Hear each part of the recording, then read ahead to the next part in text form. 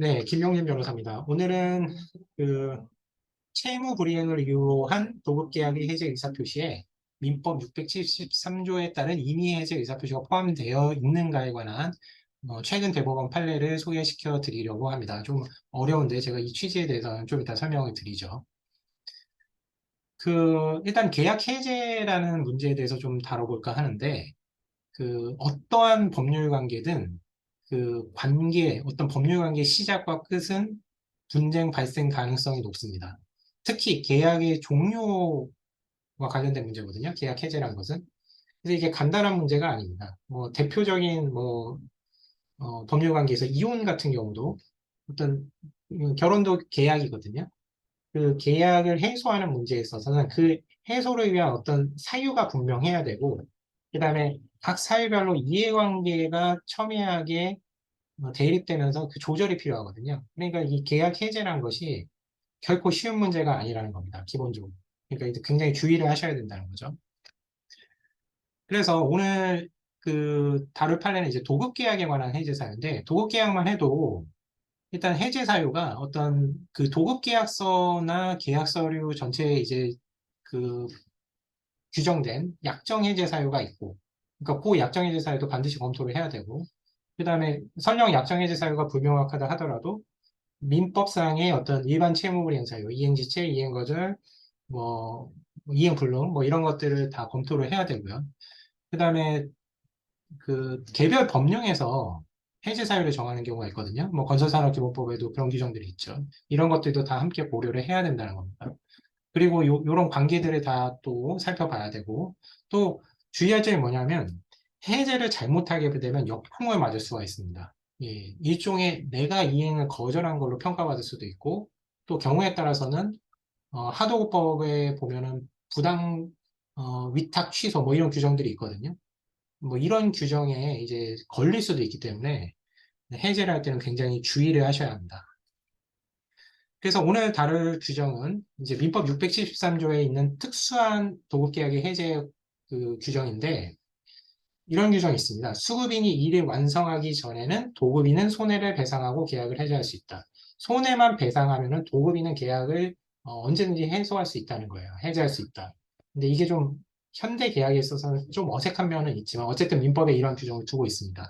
이와 관련해서 대법원 판례가 뭐라고 판시를 하냐면, 이제 뭐 각종 해제 사유들을 이제 적었을 거예요. 도급인이 수급인한테 그 계약을 해제하겠다고 하면서.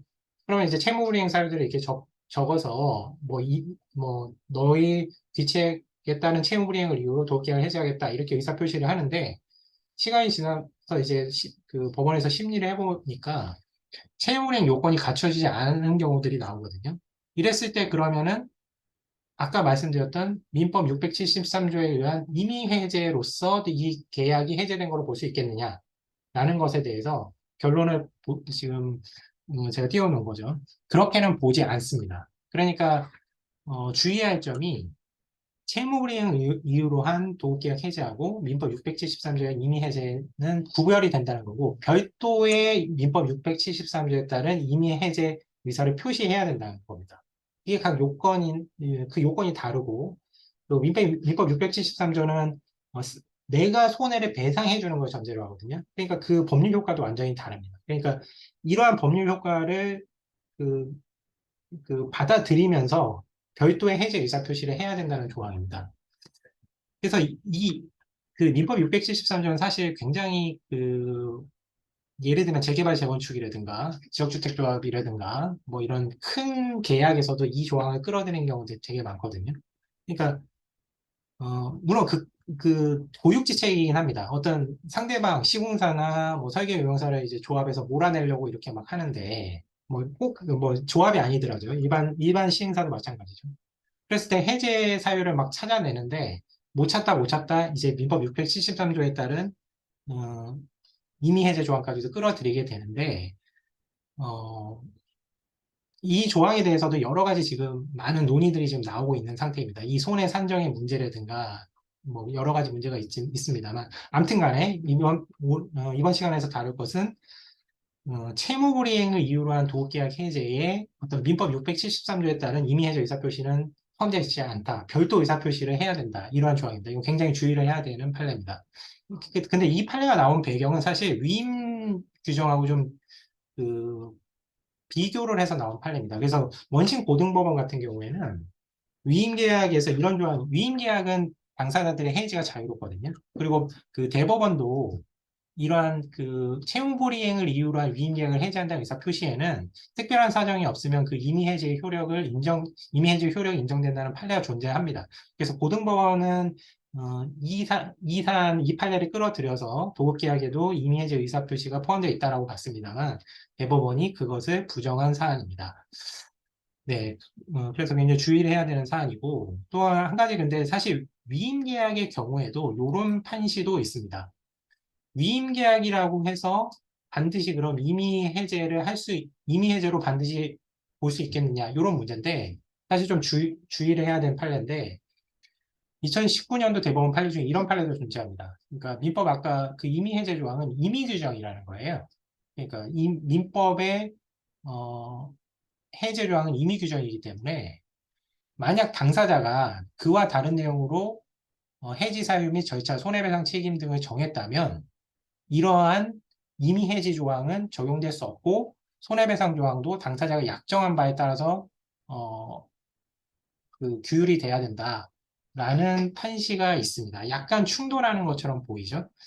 그렇긴 합니다만 기본적으로 위임계약에서는 이미 해지 자유, 그러니까 임의 해지가 가능하다고 봐야 되겠습니다. 다만 계약서에서 특별하게 그 해제 사유를 정하고 아까 민법의 그 위임 규정에 689조 1, 2항을 배제한다는 규정이 있으면 그 규정에 따라야 한다는 겁니다.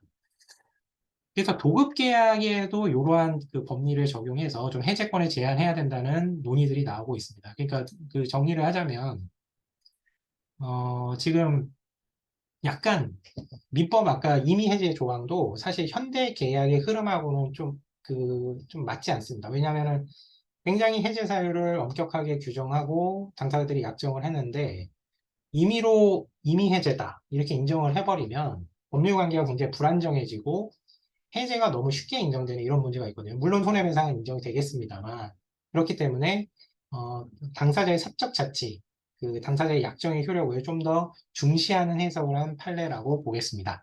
네, 좀 말이 길어졌는데 앞으로는 조금 더 단순하게 좀 말씀드리는 게 더 낫지 않을까. 너무 어렵게 설명드리고 있는가 하는 생각도 좀 들긴 합니다. 어쨌든 간에 계약 해지 시에는 제가 좀 다시 강조를 하면 계약 해지할 때는 변호사 자문을 좀 받으시는 게 좋겠고 그리고 해제 공문을 보내실 때도 함부로 보내시면 역풍을 맞을 수가 있다. 그러니까 굉장히 주의를 하셔야 된다는 점 강조하면서 이번 영상 촬영을 마치도록 하겠습니다. 네, 감사합니다.